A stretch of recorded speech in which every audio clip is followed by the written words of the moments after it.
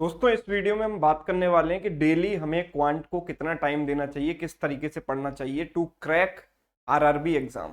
ठीक है, तो आईबीपीएस आरआरबी के एग्जाम में अगर हम बात करें तो लगभग हम काउंट करेंगे तो 2 महीने का समय हमारे पास है ना। एक दो सवा दो दो ढाई महीने के आसपास हम मान सकते हैं प्री एग्जाम में, राइट।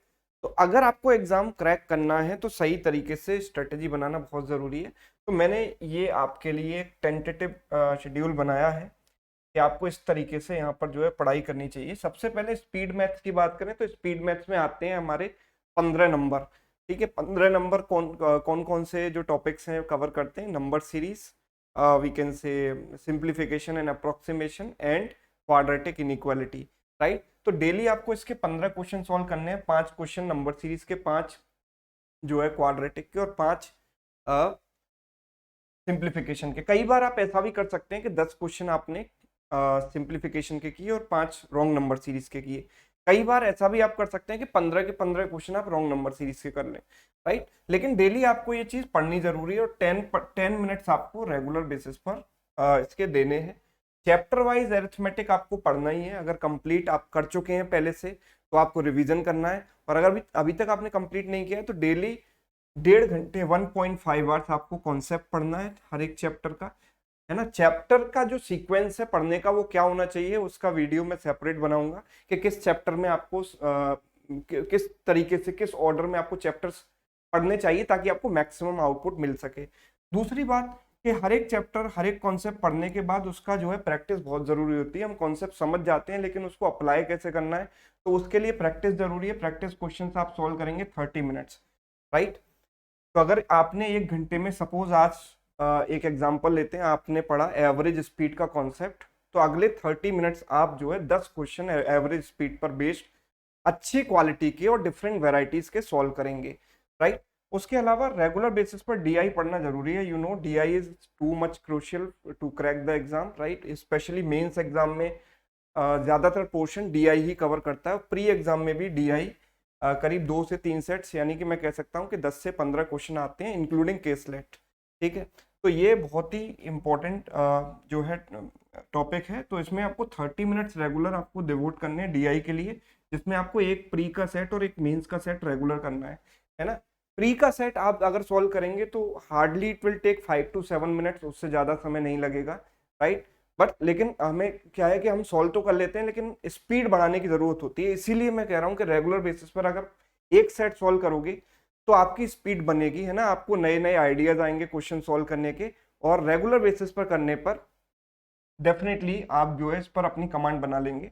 और रेगुलर बेसिस पर एक मेंस का डीआई सेट आपको करना ही है। अब आप कहेंगे कि मेंस का डीआई सेट सर कहाँ से करें, तो मैंने आपको फ्री ई बुक प्रोवाइड कर रखी है सुमित सर एकेडमी ऐप पर और वेबसाइट पर, है ना। आप जैसे ही ऐप और वेबसाइट खोलेंगे आपको जो है ई बुक मिल जाएगी, वहां से आप फ्री ई बुक डाउनलोड कर सकते हैं और आराम से जितने चाहें उतने क्वेश्चन सॉल्व कर सकते हैं। लेकिन रेगुलरली आपको एक ही करना है। नाउ मॉक टेस्ट की अगर हम बात करें तो every alternate day you have to take a full length test, जिसमें कि 1 घंटे का टेस्ट होता है कंप्लीट, जिसमें मैथ्स और रीजनिंग दोनों होते हैं। स्पेशली आरआरबी की बात करें तो प्री एग्जाम में इंग्लिश आता नहीं तो मैथ्स और रीजनिंग होगा, है ना। तो ये रेगुलर बेसिस पर आपको देना है, ठीक है। और सेक्शनल टेस्ट आपको जो है डेली देना है। सेक्शनल टेस्ट कौन से सेक्शन का होना चाहिए, जो सेक्शन आपने यहाँ पर कवर किया है। आज अगर आपने टाइम एंड वर्क पढ़ा है तो आप टाइम एंड वर्क का सेक्शनल टेस्ट देंगे। मतलब सबसे पहले आप कॉन्सेप्ट पढ़ेंगे, फिर 30 मिनट उसकी प्रैक्टिस करेंगे, और उसके कुछ गैप के बाद, कुछ टाइम के बाद, मतलब 2 से 3 घंटे गैप के बाद, सपोज आपने सुबह पढ़ा है तो ये आप दोपहर को या शाम को दे सकते हैं, राइट। गैप में इसलिए कह रहा हूं क्योंकि अगर हम जब कोई कॉन्सेप्ट पढ़ते हैं तो उस समय तो हमें याद हो जाता है और आराम से हमें क्वेश्चन सॉल्व हो जाते हैं, लेकिन कुछ समय बाद हम वो चीज भूलने लगते हैं, तो वो चीजें रिकॉल होने लगे। इसलिए आप थोड़ा सा गैप लीजिए और सेक्शन टेस्ट दीजिए, राइट, और फिर उसके क्वेश्चंस को सॉल्व कीजिए ताकि आपके जो कॉन्सेप्ट हैं वो रिवाइज हो जाएं। नाउ प्रीवियस ईयर पेपर्स हमें करना बहुत जरूरी है क्योंकि इससे हमें एक्चुअल एग्जाम लेवल का आइडिया मिलता है। क्योंकि आप जरा मतलब कहीं से भी किसी भी कोचिंग के मॉक टेस्ट वगैरह लगाते हैं तो मे बी कि वो जो मॉक हो वो एग्जाम लेवल के ना हो, उससे बहुत ज्यादा टफ हो या काफी ज्यादा आसान हो। हालांकि काफी आसान वाली चीजें कम ही होती हैं, जो मॉक होते हैं स्पेशली डिफरेंट कंपनीज के वो काफी टफ होते हैं। राइट, एग्जाम से। तो इसीलिए हमें एग्जाम के लेवल का आइडिया होना जरूरी है, जिससे कि हमारा कॉन्फिडेंस भी बूस्ट होता है। अगर हम एग्जाम के क्वेश्चन सॉल्व कर पाते हैं खुद से तो कॉन्फिडेंस बूस्ट डेफिनेटली होता है। तो 4 सेट मतलब 4 मॉक पेपर आपको एवरी वीकेंड सॉल्व करने हैं, right. Every weekend you can solve 4 मॉक्स, right. 4 मॉक्स आपको रेगुलर आप जैसे ही मतलब आपका शेड्यूल बनता है, मैं ये नहीं कह सकता कि वीकेंड पर ही लगाने, क्योंकि बहुत से लोग हो सकता है वीकेंड पर बिजी रहते हो या उन्हें कुछ काम रहता हो। तो आप पूरे वीक में आप ओवरऑल प्लान कीजिए कि 4 मॉक आपको जो है previous year paper based solve करने हैं, मतलब 4 प्रीवियस ईयर पेपर आपको करने ही है, राइट। उसके अलावा आप प्रीवियस ईयर पेपर जरूरी नहीं कि आप आरआरबी की तैयारी कर रहे हैं तो आरआरबी एग्जाम का ही हो, राइट। आप क्वांट और रीजनिंग आपको आईबीपीएस पीओ में भी मिल जाएगा, आईबीपीएस क्लर्क एसबीआई के एग्जाम्स में मिल जाएगा। तो जितने भी एग्जाम्स हैं, है ना, उन सारे जितने प्रीवियस ईयर पेपर हैं उनको कंपाइल करके आप हर वीक में 3 से 4 सेट सॉल्व करें। उसके बाद एवरेज डेली क्वांट स्टडी की बात करें तो आपको 3 से 3.5 घंटे इसको देने हैं, राइट। मैं केवल 3 से 3.5 घंटे इसलिए बोल रहा हूँ क्योंकि कुछ लोग ये भी कह सकते हैं कि 6 घंटे देने चाहिए, पर प्रैक्टिकली आप खुद सोचिए इतना ज्यादा पॉसिबल नहीं होता है, क्योंकि हमें रीजनिंग भी पढ़नी होती है। अगर आप 3.5 घंटे क्वांट में दोगे तो लगभग 3-3.5 घंटे रीजनिंग में भी दोगे, तो इट मेक्स 6 to 7 आवर्स।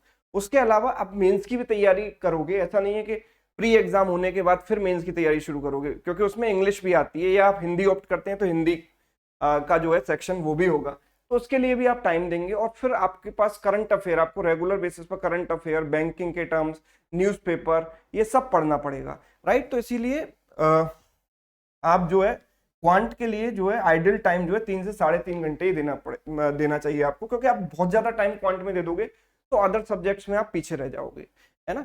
तो ये आपका जो है कंप्लीट जो है स्टडी टाइम टेबल होना चाहिए, राइट।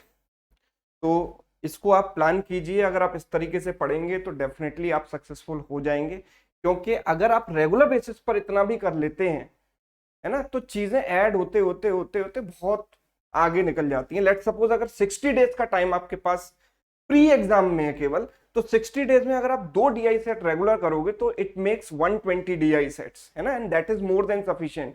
प्री एग्जाम से ही पहले आपकी मेंस की भी तैयारी कंप्लीट हो चुकी होगी, फिर केवल रिवीजन के लिए आपको समय देना होगा, राइट। तो इस तरीके से आप फॉलो करें। अगर इसमें कोई पॉइंट मिस हो गया हो या कुछ चीजें आप ऐड करना चाहते हो तो कमेंट सेक्शन में मुझे जरूर बताएं। और साथ ही साथ मैं आपको इन्फॉर्म कर दूं कि शिखर डीआई बैच, जो कि डीआई के लिए बहुत ही जाना माना बैच है, बहुत ही पुराना बैच है, तो ये जो है आ चुका है। इसका लाइव बैच अपडेटेड कंटेंट के साथ जो है शुरू होने वाला है 30 तारीख से, तो इसमें आप एनरोल कर सकते हैं। इसकी फीस 599 है, और अगर आप इसमें भी 10% डिस्काउंट चाहते हैं तो you have to use this code for getting 10% off, right. ये आपको सुमित सर अकेडमी ऐप और वेबसाइट दोनों पर मिल जाएगा, right. Thank you so much.